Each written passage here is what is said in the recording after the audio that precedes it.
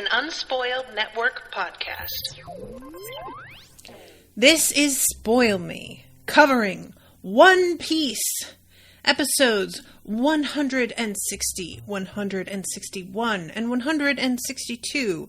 I'm going to read the titles this week because Funimation makes that a lot easier. 10% survival rate! Exclamation point.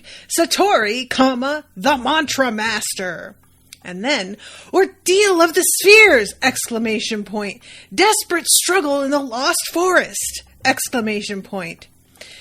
Lastly, Chopper in danger! Exclamation point. Former God versus Priest Shura! Exclamation point. And live for all the exclamation points. Welcome to Spoil Me.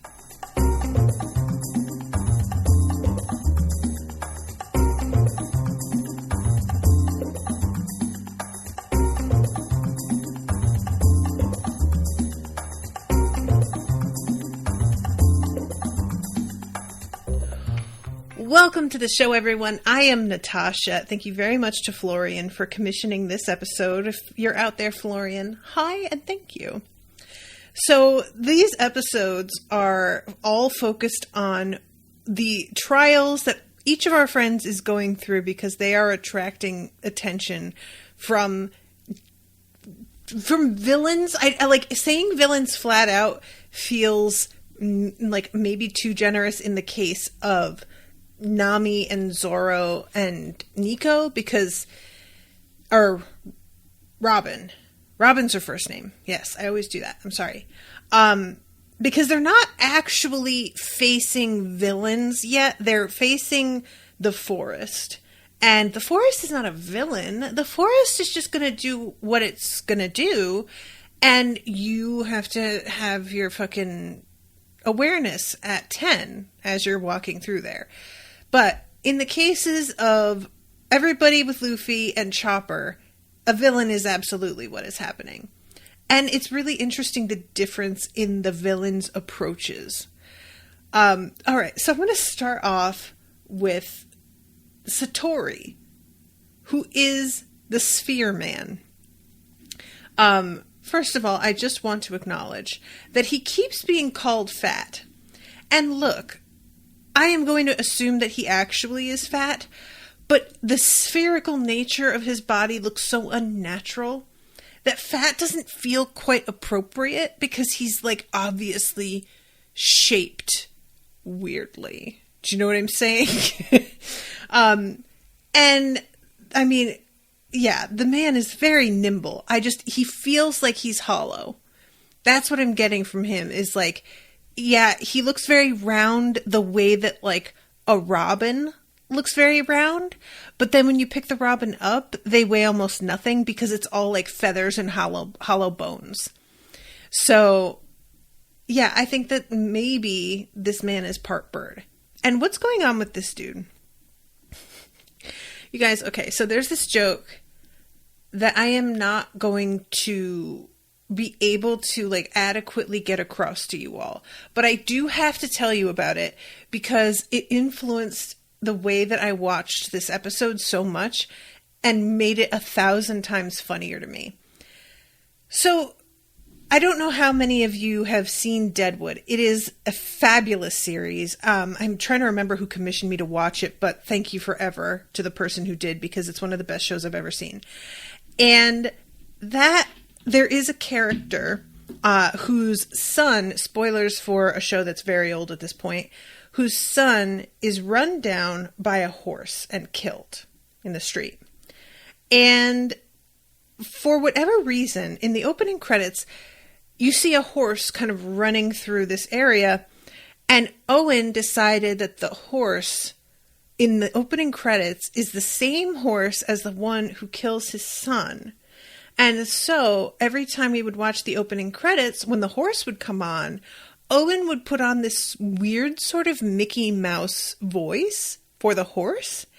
And he would say things like, "Ho ho, I killed your son! Ho ho ho!" And Satori has like the exact same voice and laugh as this fictional psychopathic horse that we have like been joking about so long that it comes up now in, like all the time. We make this joke for no reason. And I had to take a moment and rewind and film the screen and send it to Owen, because there is a point where he's saying, "Oh, life is pain." And I was like, this really sounds like something the horse would say. So anyway, that is the kind of joke that I feel like unless you are part of it, it's probably not nearly as funny. But because it just lives in my mind forever, every time this man laughs, that was what I pictured, was either the horse or actual Mickey Mouse. There's a very Mickey Mouse sort of like quality to all the spherical things going on with him as well. So, you know, a little bit of overlap there. But anyway, oh, and good news also, guys. I got Funimation to work on my television. I figured out that if I press play from their main screen where it says continue watching, then it works. If I try going to the show and pressing play from the menu of episodes, does not work. I don't know why, but that is how it works. So I am going to just call that a win that I have like figured that out. So yeah, our entire crew is split up into 3 different parts, Chopper constituting an entire part on his own. And I feel like I didn't quite adequately express the way that things, like, the way that they determine they're going to leave Chopper behind last time, because really what it comes down to is Robin, like, says something about treasure, which convinces Nami. And Zoro is basically like, I'm going to kill God. And I love when he says, by the time I'm done with him, this God is going to kneel to me or bow to me. And Chopper, the sweetest little like munchkin, is just going, wow, go Zoro. And it's just... Next to Chopper having this reaction is Nami hanging her head just like, oh my God. And honestly, I love the two of them because Nami is how I react. And I feel like I've talked in other podcasts about like the tough guy one-liners and how it's very hard to pull off a tough guy one-liner because you have to nail this place of self-awareness without being like too self-serious and too arrogant sounding. And it's like a weird, you know, and the kind of like line that Zoro used here is not nailing it. For me, this is an example of a very corny, quote, tough guy line. But those lines do work on people who are pretty immature. And so the fact that every time there's a line like that, it's always Chopper who is like cheering them on. Or Usopp. Usopp sometimes falls for it. There are times though when Usopp is very aware of the danger and he has a more level head. He started off a lot more like Chopper than he has been recently. And I want to talk about that. But anyway, this has resulted in Chopper being left behind and trying to figure out how to like fend for himself because he knows that he doesn't have the fighting skills necessary to defend himself if something were to really pop off. And as we wind up seeing, those fears are justified because finally one of these dudes comes for him because he's at the sacrificial altar. And if you guys want to remind me of, I'm going to forget names again, I'm sorry, but the name of the guy who comes for him with the weird spear that lights things on fire, I've got to say, I love this dude. I love him. I don't really... I judge myself for this, but if you have a villain that really seems like they're trying to explain what they're doing, and they're like, look, you're here at the sacrificial altar. What did you think was going to happen? What are you doing here then? You want to be at the sacrificial altar, but not sacrifice anything. You don't want to sacrifice your ship and you don't want to die. It seems like you have an awful lot of demands for somebody chilling literally on a sacrificial altar. And I can't even be that mad because obviously our guys did not choose for their ship to wind up where it is. But I'm going to pretend that this guy didn't know how they got there, and it doesn't matter to him how they got there. They're there. And so to him, he's just like, well, what the fuck? I had my little ding go off on my pager to let me know somebody had landed, and I thought we were all on the same page about what it meant for you to be here. And now I'm finding out you don't expect to be, like, sacrificed at all. I drove all the way here. You're wasting my time. Seriously? And there is something about the sort of like fake reasonableness of the way he's interacting and the constant moments of like, would you just stop and stand still? Just please, just let me. I couldn't get enough of this guy. I love him so much, especially in contrast with Satori, I think is the round guy, right? Who is actual chaos. Like, that guy has no interest in explaining himself, really. All he wants to do is set traps and sit back and watch them play out. He is like a giant, overpowered Kevin McAllister. And that has its place also. I actually also enjoy that guy.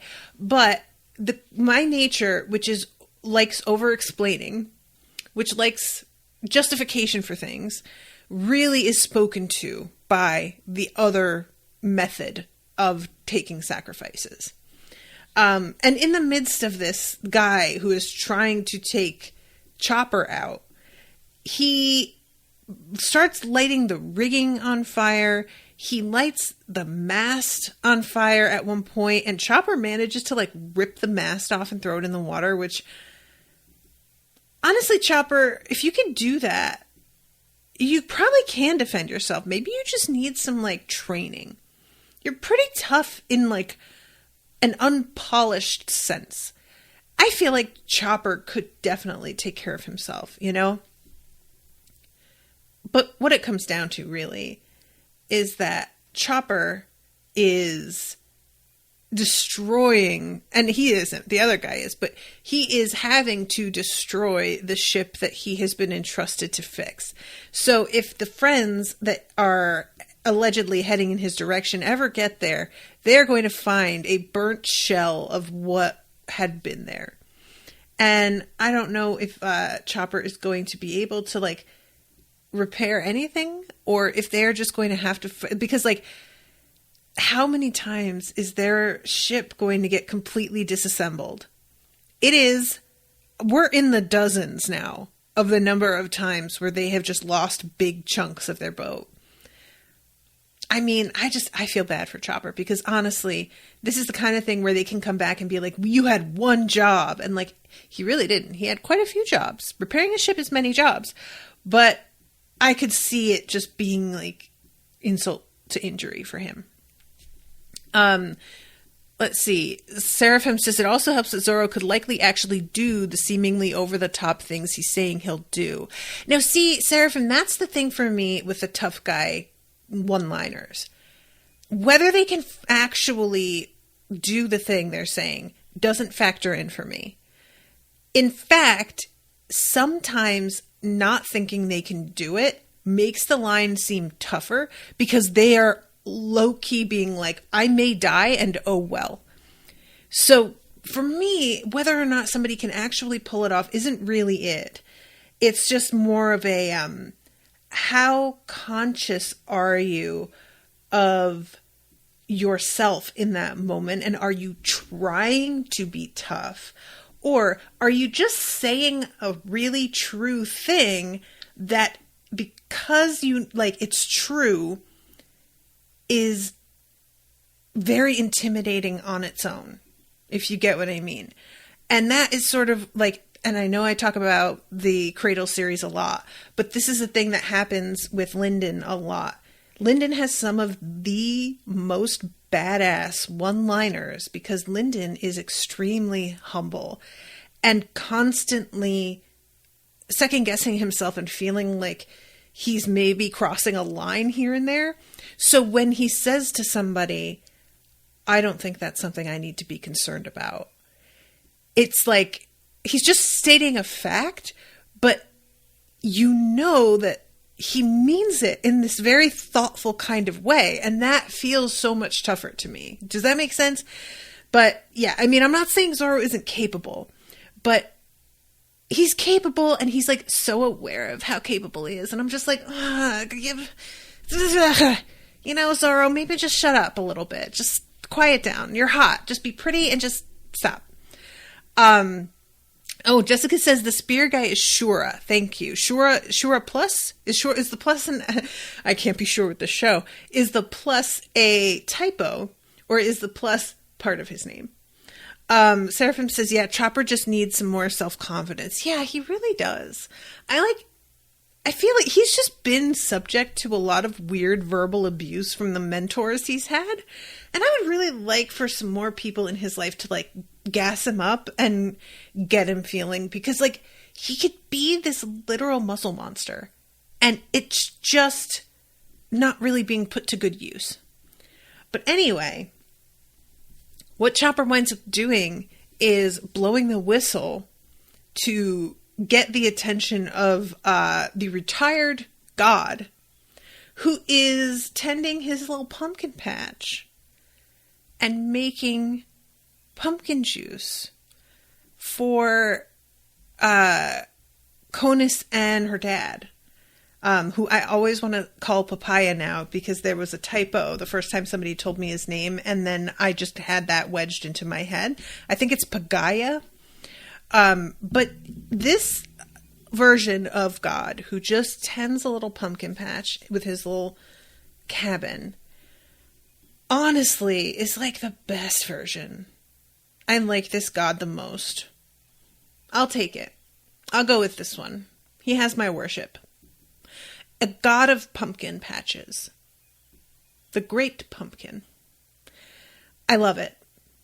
So anyway, he has offered sanctuary to Conus and her dad so that they can avoid being persecuted by the townspeople who are going to assume she purposely let the Straw Hats get away, which she like did, but also like, you know, and there is a vibe of maybe you'll get to go back eventually, but it's unclear. And her dad is obviously really distracted because there is just so much on the line right now. They've had to flee their home, and it doesn't really look like there's going to be... There's still a conflict going on, and it doesn't look like there's a way for them to win. So maybe they can go home eventually if everything fundamentally changes, but from where it all stands now, that isn't happening for a long time. So Jessica says it's great for me because of the contrast to some of Zoro's funny behavior, like him yelling when he swings over the water. I forgot. He does the Tarzan yell. And then when Nami almost crashes, he's like, it's what you should have done. And the delivery of that line is so fucking perfect. It's so good. Okay. Oh, and I think I mentioned this, guys, but Satori, the voice actor for Satori is the same guy who voiced Mr. 2, right? I'm not imagining that. This guy sounds like the same dude. And he's doing like a different version of the voice, but it's still similar. And I just kept being like, I think this is him. So yeah, the whole thing that's going on with Chopper, I will finish that. I'm going to back up now and we're going to talk to Nami, who I really enjoy. Zoro is consistently like, God is bullshit. God isn't real. If you believe in God, fine. I'm not going to yuck your yum or anything. But also, I don't think God has anything to do with any of this. And if he does, he's kind of a dick. And I'm going to like get him to see what's what. Meanwhile, Nami is just constantly like, oh God, if you can hear me, I don't agree with my dumb friend Zoro, who I don't even like that much. He doesn't speak for all of us. And also, can you help us find some treasure? Thank you. And I just really enjoy Nami being like, this suits her character so well. You know, it's like the kind of thing, you know, that character in The Mummy, the con artist guy who carries all of the amulets from different religions to ward off evil just in case, because any of them could actually be true. So he just covers all his bases. And that gives very strong Nami energy for me. Nami is pragmatic. Before all else, Nami is going to make sure Nami is okay. And I admire that. Good for you. So yeah, they are walking through the woods and they have a couple moments where they stop and Robin is like, hey, you know what's kind of weird actually? This is dirt.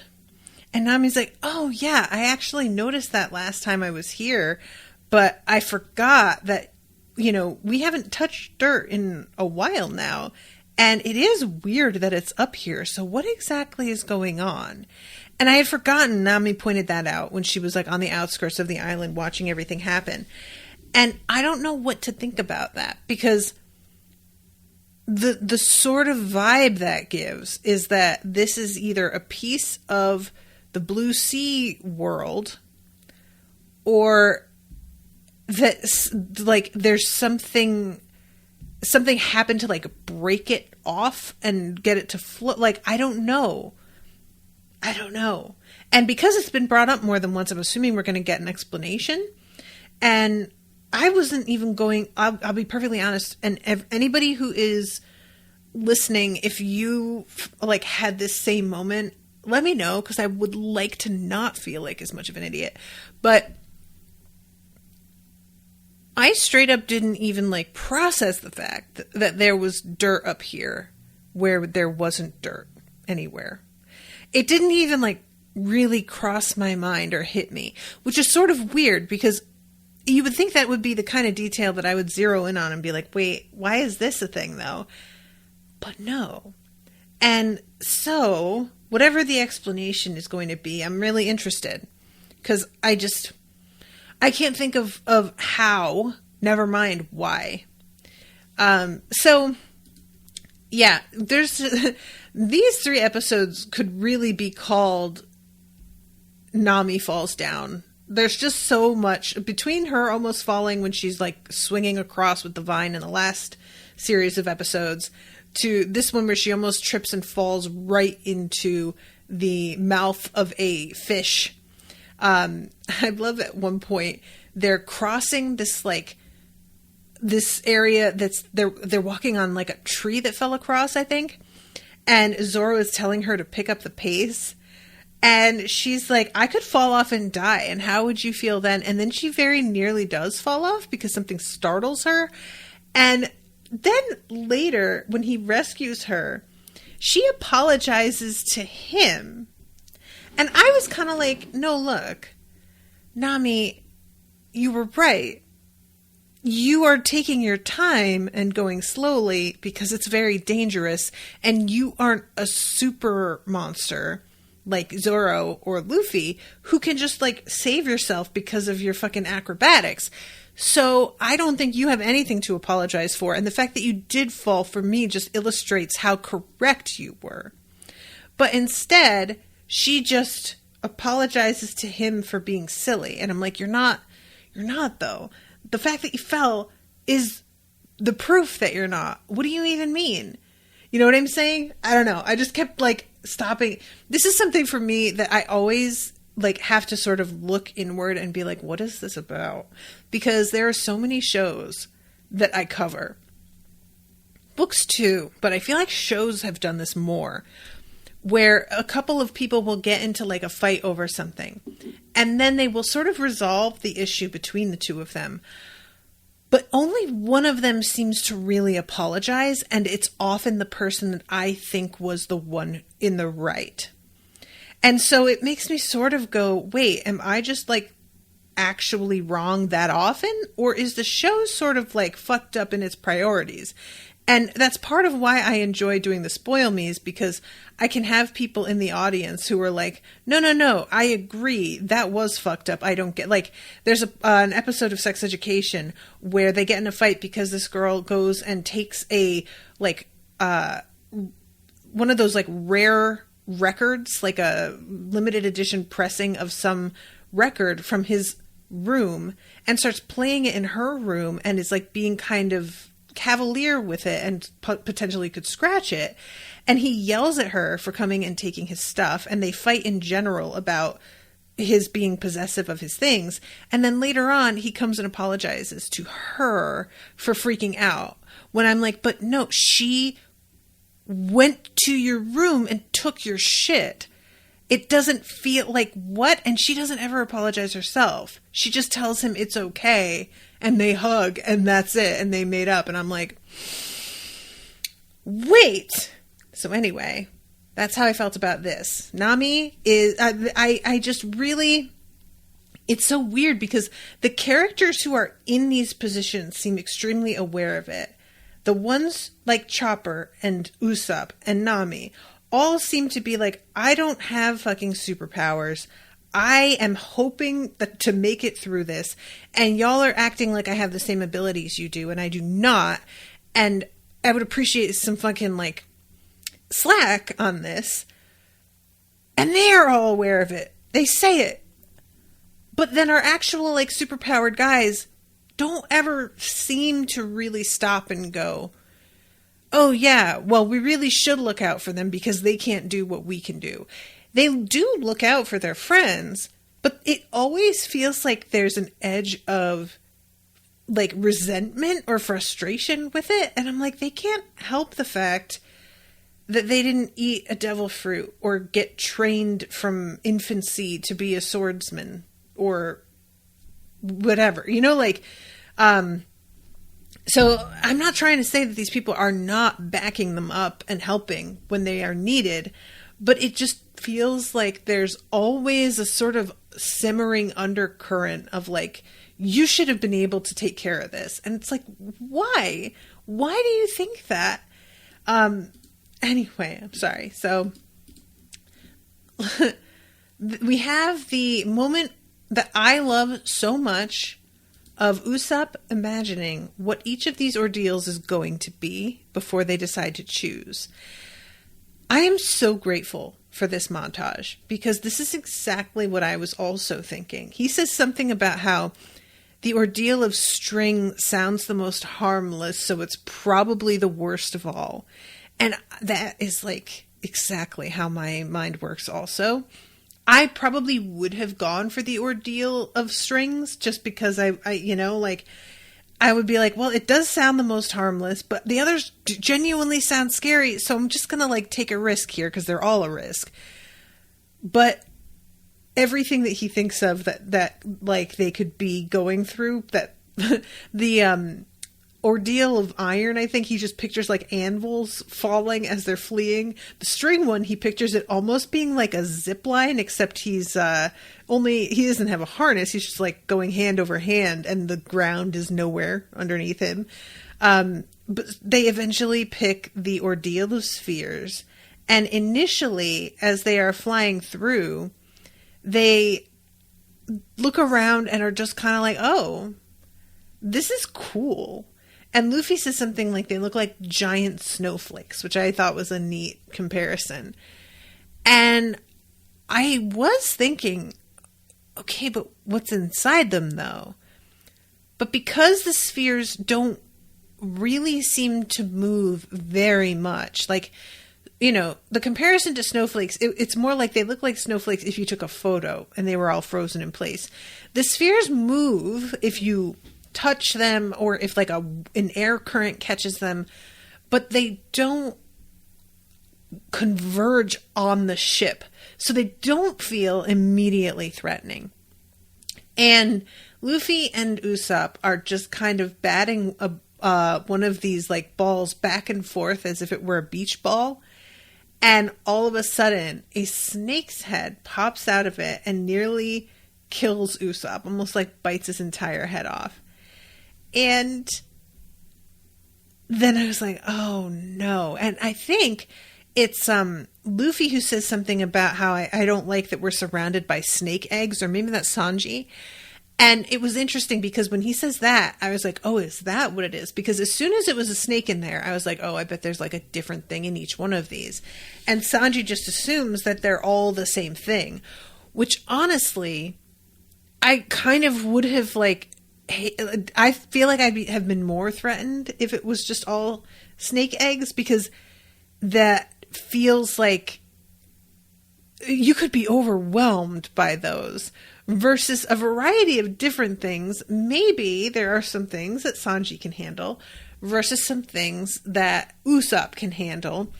And that does wind up kind of being how it works, although it is really amazing. Guys, there is this point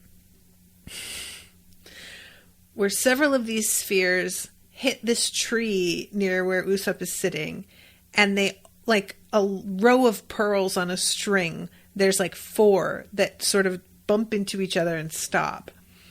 And out of each comes a bird of a different color, singing a different note in harmony.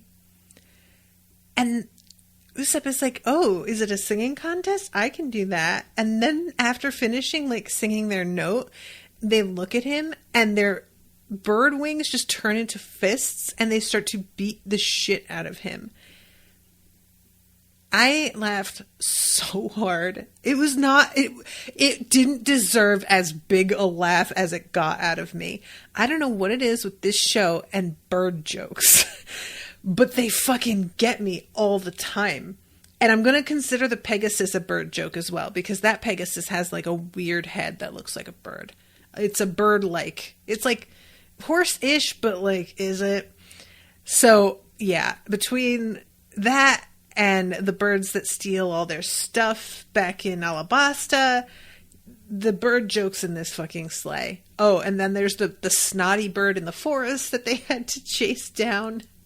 I feel like this author might hate birds, and I'm not mad about it. I have a couple friends who have like a genuine phobia of birds, and birds are tiny dinosaurs, and I think that they really deserve to be feared. You know, I think they've earned it, and they have their own domain in the sky for a reason, so that they can stay the fuck away from us. So, yeah, this this back and forth between all of these different, like, weird, I don't even know what to call them, like booby traps, I guess, inside the bubbles. It culminates with Luffy trying to take a swing at this guy. And we have this with Satori, and we have it with Shura. Each of them is able to predict exactly what move the person they are fighting is going to make next. I don't care for this at all. That's the thing that, like, that just feels really, really threatening.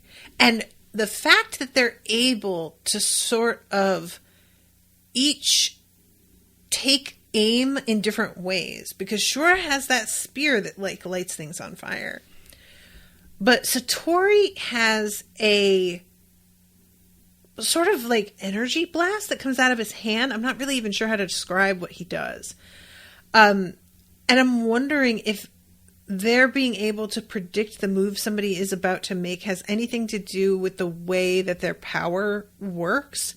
Because there is something about how they say it out loud that makes me wonder, is it like they're taking the energy out of the hit that's about to be directed at them and redirecting that energy in a different way?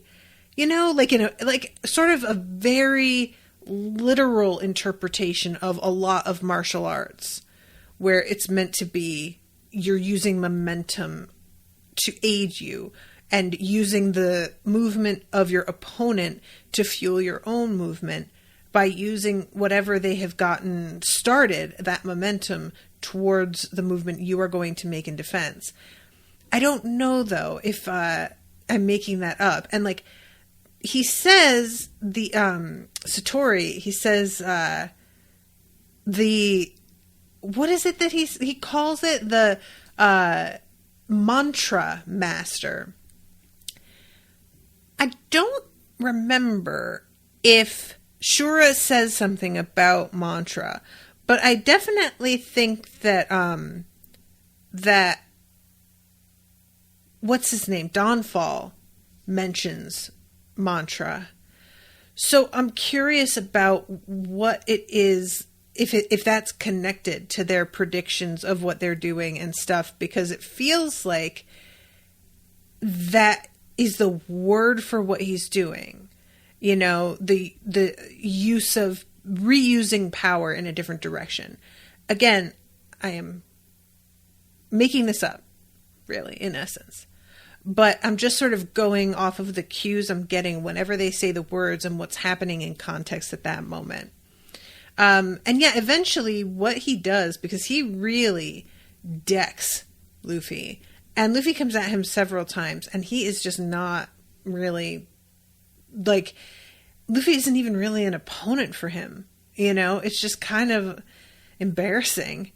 And he gets all of them knocked off the ship finally. And sends the ship on down the Milky Road. And basically is like, unless you get it back pretty soon by running through the forest and finding out the place that it's come out and jumping on it again, you are never getting your ship back. That means that you are never getting out of here.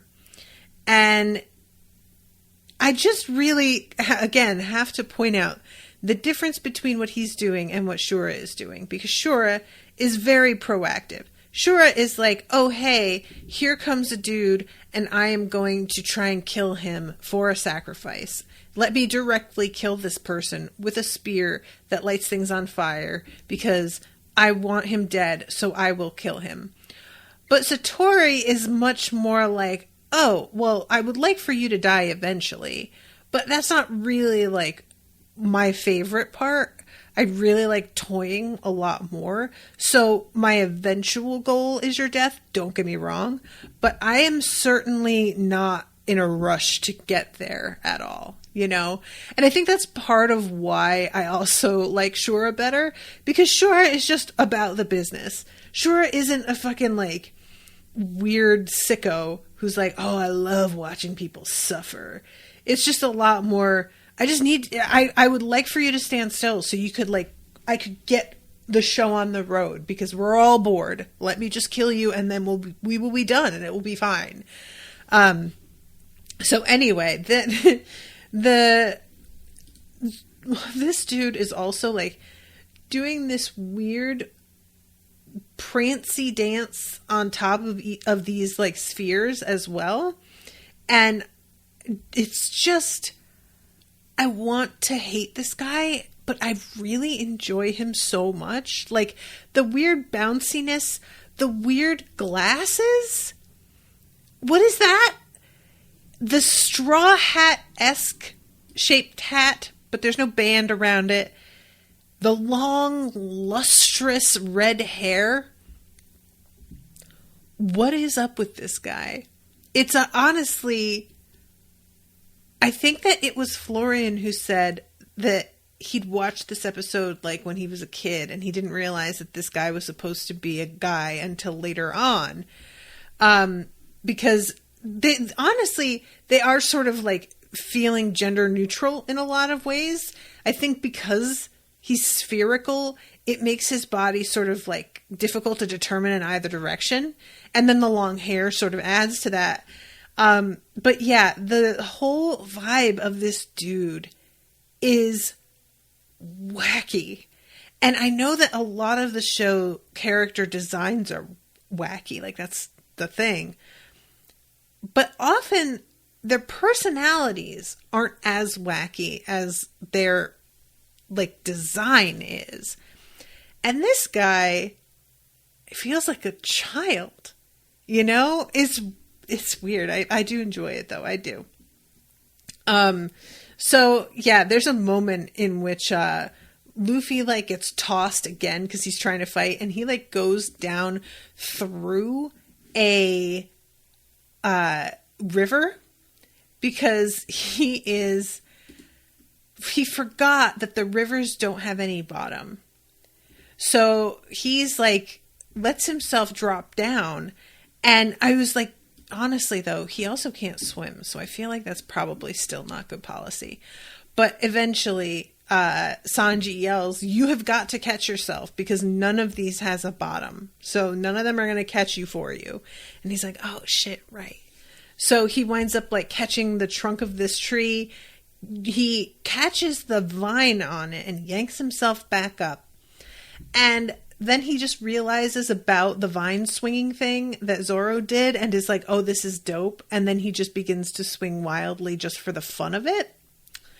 Meanwhile, we have Usopp. Now, I had said earlier I wanted to talk about Usopp a little bit. And here's why. So there's a YouTube creator whose channel I put in the One Piece No Spoilers channel a link to one of his videos mocking the arc names from various anime.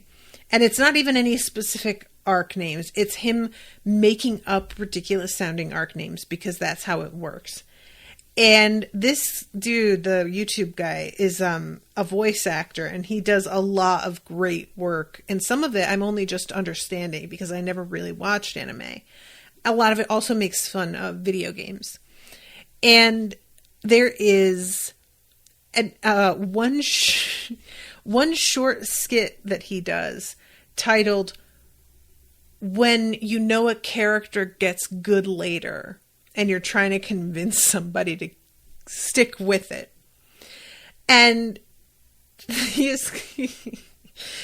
the character that he's playing is wearing like a little birthday hat and is going, "I'm scared. I don't want to do it. I'm peeing and pooping my pants at the same time."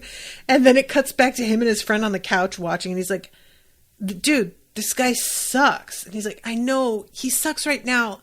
I promise he's going to get good. Just stick." And then it cuts back and the guy's going, "I'm peeing and pooping at the same time. And now I'm covered in pee." And he's just like, "Oh my God, just give it like 50 episodes. Okay." And that is low key Usopp for me. Usopp is turning into one of my faves. But when he is first introduced, he was not this guy. You know, they have figured out what they want to do with him more, it feels like. And he was straight up a complete scaredy cat all the time before, over everything. Now, it feels like the show has him being a voice of reason a little bit more. He is scared at times, like when it doesn't feel justified, but he also isn't acting out in a ridiculous way. And he's not making decisions that impact the team as a result of his fear. He will just sort of like be paralyzed and be like, "Okay, somebody else can take care of it." But like there's a line in the last episode where he is talking to and Sanji mocks him for being scared, and he's like, "Cut me some slack, I'm allowed to be scared."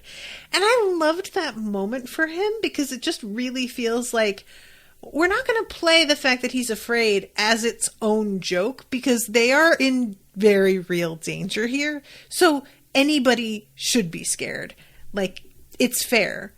And the variety of things that he is like inventing and working on has become like, it feels like the stuff he's making is more sophisticated. And granted, there's always like a goofy hiccup with them, like this episode. But it just feels overall like we're respecting him a bit more, you know? And I just think that he is turning into something a lot more fun than he started out with. And I'm curious, like, what's going to happen with him eventually, because it does feel like we're trying to have our characters grow to a point. Like, it's a slow moving thing because the show is such a long running show. And I don't ever think that we're just going to completely have things, you know, turned on their head and people, you know, but honestly, the one that I've seen the least growth from, I guess, is Luffy, really. But yeah, I just wanted to like give Usopp his due because it feels like I had an idea of the role he was going to play. And to a degree, that role has kind of been taken over by Chopper. There's like a sense for me of Chopper was brought in to be more like Usopp was initially, in that he's like immature and easily frightened. But because Chopper is so adorable and tiny and a cute animal, it's a lot less annoying coming from Chopper than it is from Usopp. And so Usopp has been freed up to kind of do other things. And I don't know if that's real, but it feels like what happened for me, and I think it works really well. Seraphim says, Sanji and Luffy don't really come off that way to me, but true for Zoro. He just can't seem to process that anyone wouldn't spend every waking moment training to become stronger. That's true too.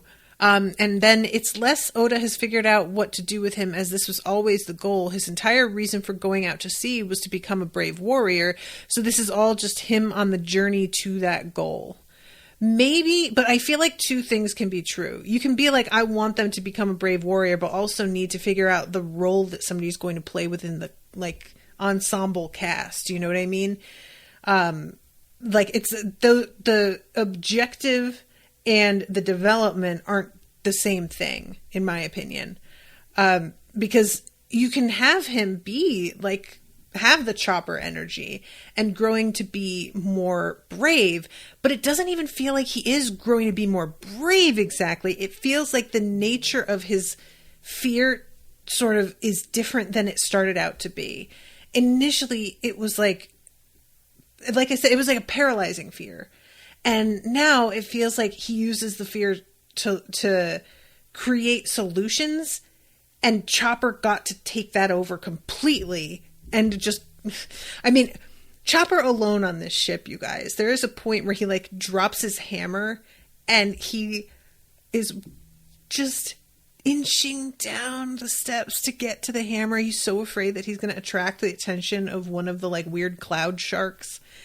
And there's a bird that startles him and he just screams and then has to stop. And he's got like, his eyes are huge and have tears in them. And he's trying so hard not to scream again because he knows that.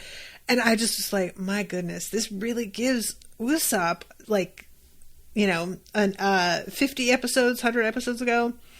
But yeah, anyway, so Usopp created this harness thing, this belt that is essential. It's like a grappling hook kind of thing, and he can swing, but unfortunately he didn't completely either think it through or finish the design. It's such a great moment, you guys. He swings out over the Crow, their ship, because he has found it.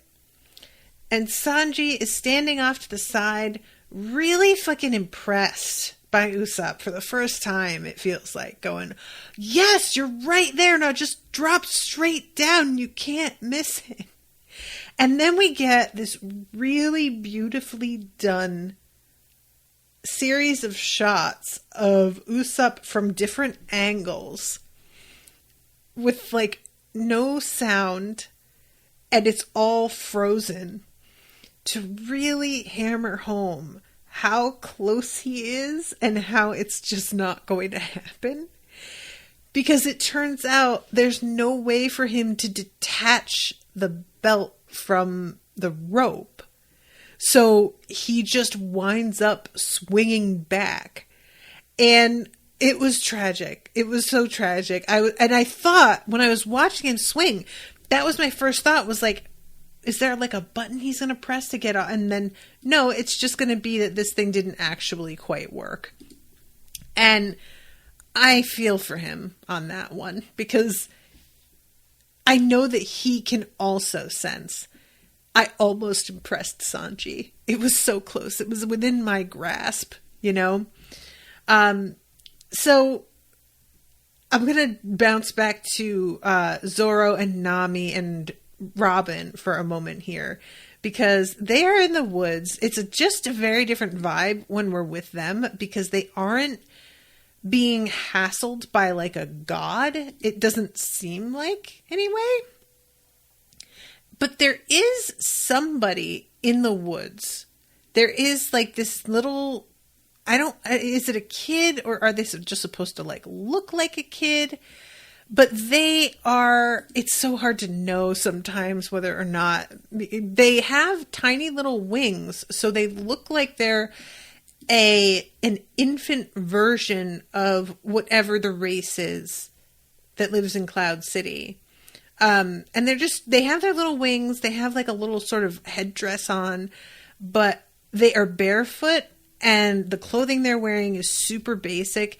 There's something very like angelic looking about their overall vibe. And I don't know if that's just because of the wings that it's giving that, but they're kind of like keeping an eye on our travelers. And at one point, do they steal a bag from somebody? Because they have like a bag that they're burying in the dirt. And they have these like big brown eyes that feel to me like they are afraid. But it's just like a weird moment when maybe they're not burying the bag. Maybe I misunderstood that. Maybe they're digging things up out of the ground and putting them in the bag. I think I got that wrong. I think the first time I thought that's what they were burying, but I think that's just carrying whatever it is that they're like searching for and digging up. And yeah, our friends in the woods see some movement, but we don't actually get any resolution on who this is, what they're doing here, like what it is that they're trying to dig up, how they're here all by themselves, because they look very, very young and apparently nobody's really allowed to come here. So it's a weird situation. But yeah, everybody is like on edge here because there's clearly been some mishaps.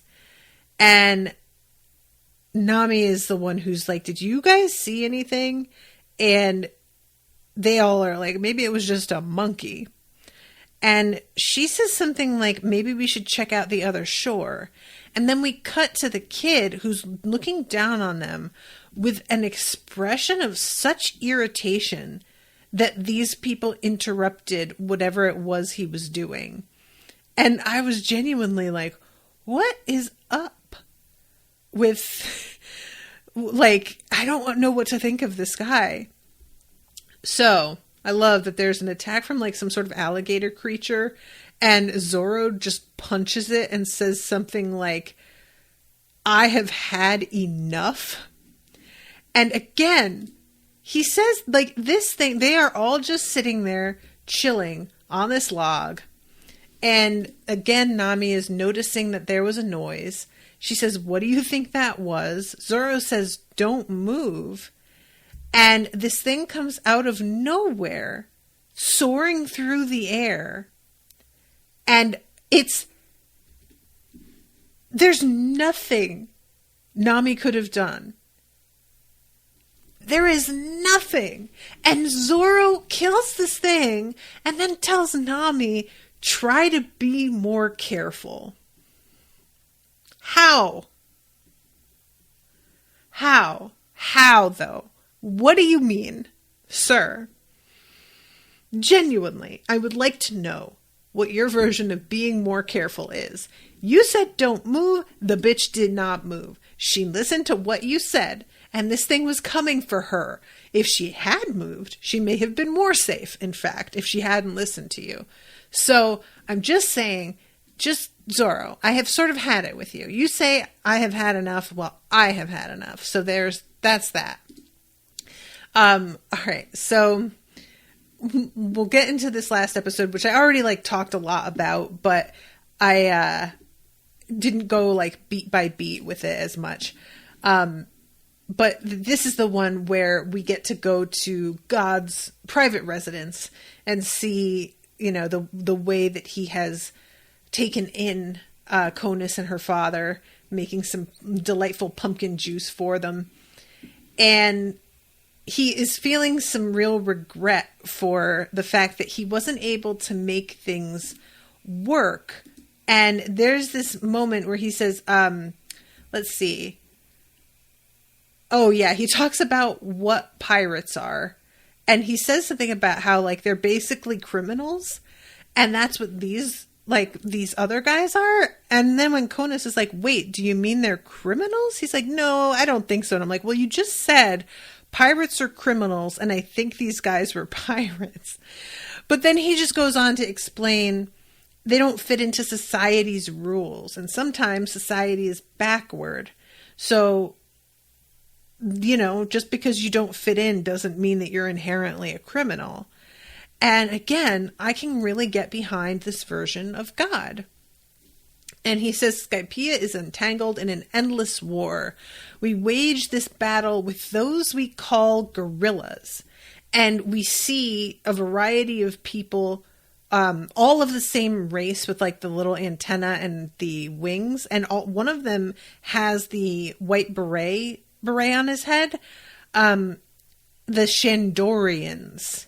Even now they move against Eneru constantly, trying to siege the sky. I worry for all those I could not protect.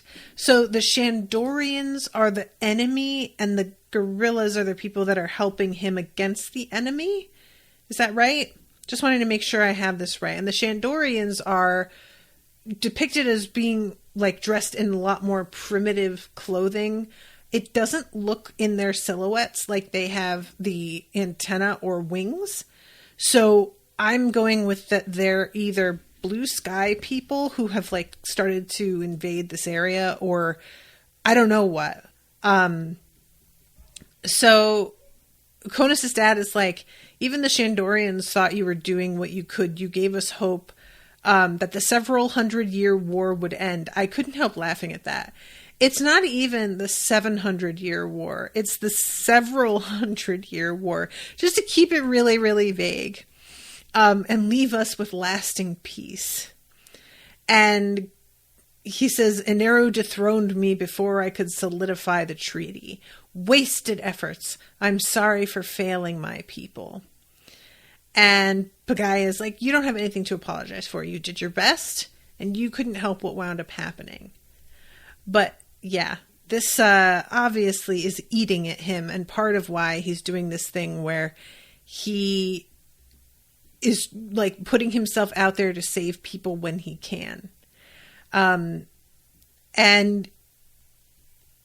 so this is when he gets the call from Chopper and takes off. Y'all, I cannot handle Pierre at all. I really thought that Pierre would kind of like stop being funny. It hasn't happened. Every time Pierre makes that squawking sound, I lose my absolute shit. It is too much. It's like a combination of, oh, okay, the Shandorians are engaging in guerrilla warfare against the Skypeans. Oh, okay. Huh. Okay, so when he said the Sandorians even thought that you had done enough, that they're the enemies, but they were like giving him credit for something. Okay. But anyway, so Pierre is the one that hears the whistle and starts flipping out. And I think it's a combination of the noises that Pierre makes and the way that the animation depicts his posture. Every time anything happens, he sort of looks like somebody electrocuted him. Like, he just freaks the fuck out. And I don't know. He is so funny. So, Gonfall goes to rescue Chopper, who is in the midst of this attack from what's his name? Somebody told me earlier. Forgive me, guys. Shura. And Shura is basically like, what the fuck are you doing here? Are you serious? And I love Chopper just kind of like fanboying out on the ship, just so excited. You're my hero. And he says, should I do this for him, Pierre? And they're both on these birds. So he says, you're nothing but a pathetic shell of your former self. You showed up to this to fight a criminal, which leaves me only one option. Take you out. Ordeal of string. And I was like, oh shit, yes. We are going to get to see the ordeal of string, which I was very curious about. That, like I said, would have been the one I picked. And unfortunately, that's where that fight ends. It's just him saying ordeal of string and raising his hand.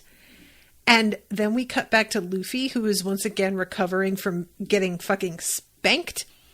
And I am extremely excited to find out what the ordeal of string is going to be. I didn't think we were going to get to see it.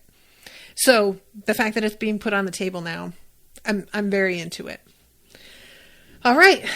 So I am going to wrap up, but these were really, really fun episodes.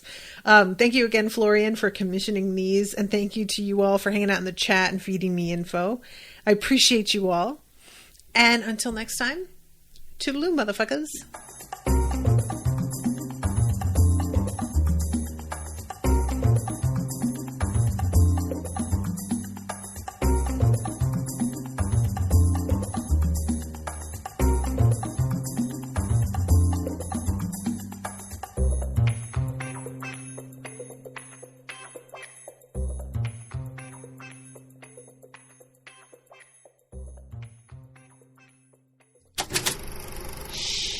That was an Unspoiled Network podcast.